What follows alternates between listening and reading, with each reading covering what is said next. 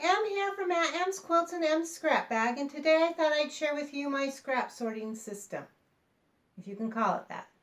It's a kind of chaos managed, but I go by the motto, creative clutter is better than tidy idleness.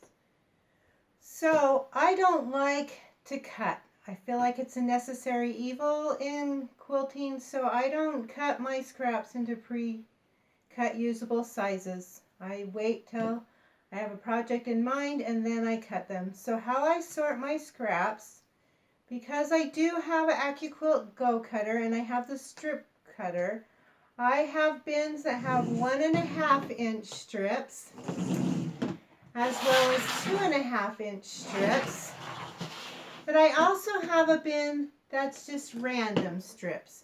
And these are ones that are maybe a little bit bigger from cutting off from you do the back of the quilt, or a little bit smaller because they weren't quite wide enough for the AccuQuilt to do another strip. So those are my random strips. So I have those and I do strip quilts with those. And then I have what I call chunks. And then those bins, I sort them by color. We have all different colors of these bins. And this is anything that is bigger than a charm square, but smaller than a fat quarter. And I put those in these bins.